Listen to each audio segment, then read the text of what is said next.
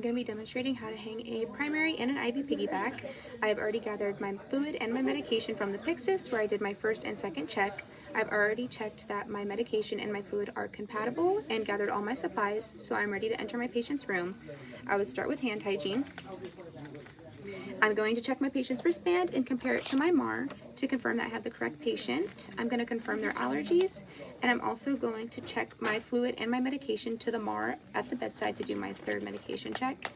I'm going to be giving normal saline for hydration after surgery and ceftobiprolol, an antibiotic for infection prophylaxis after surgery. I would also educate my patient what they're receiving, why they're receiving it, what to report, and now that I've done that, I am able to assess the patient's IV. So I'm looking for any redness, infiltration, swelling, phlebitis, infection. I'm going to ask them about pain. I don't see any of that, so I'm going to begin. I'm going to scrub the hub for 15 seconds. Okay, 15 seconds is up. I'm going to get my flush, make sure to remove the air, attach, and then unclamp. I can check for blood return here, and then I'm going to push 5 milliliters while looking at my patient's face to see if they're showing any signs of grimacing or showing signs of pain. I can also ask them if they're feeling any discomfort or pain. Okay, I'm going to leave that there, and then I can start by getting my primary tubing. First thing I do when I take it out of the package is make sure that it is clamped. And then I have my fluid that I've already checked. I would hang this if it were new, which it would be. And then I'm going to spike. And then I can hang.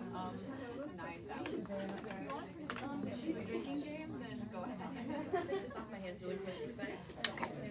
And then I'm going to squeeze the drip chamber 1/3 to halfway full, and then loosen this cap on the end so that I can prime my line.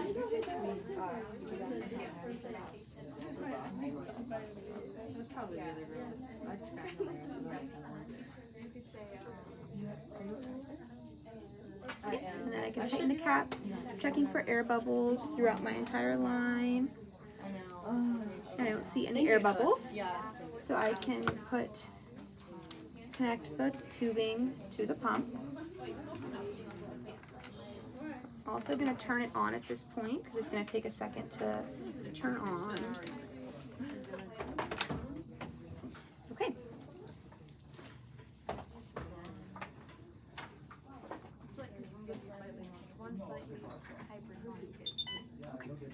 So in this scenario, I don't have a new patient. I am on the med-surg floor.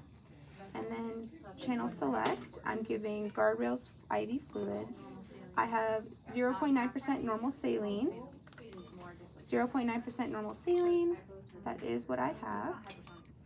For my rate, I'm going to check my MAR. I'm doing 100 milliliters per hour, so that is my rate. And my volume to be infused, I have this in a 1,000 milliliter bag. I've already used some to prime the line. I'm going to do 980 as my volume to be infused. And then I'm going to remove the cap. And I can connect to my patient. And then I'm ready to start. And I will unclamp and I'll make sure to look for my first drop. While doing that, I'm going to get my secondary going. And I did see the first drop. So I've removed my secondary tubing from the package. First thing I do is clamp the line. Spike the bag. I can now hang this. Going to squeeze the drip chamber halfway full. And then I can prime the tubing.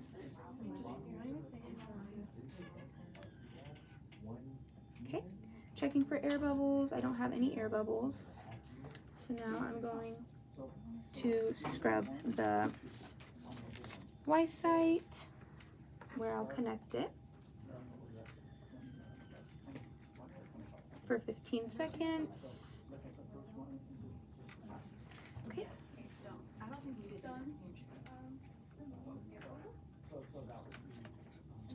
that that is attached, I'm going to make sure to hang my primary bag lower.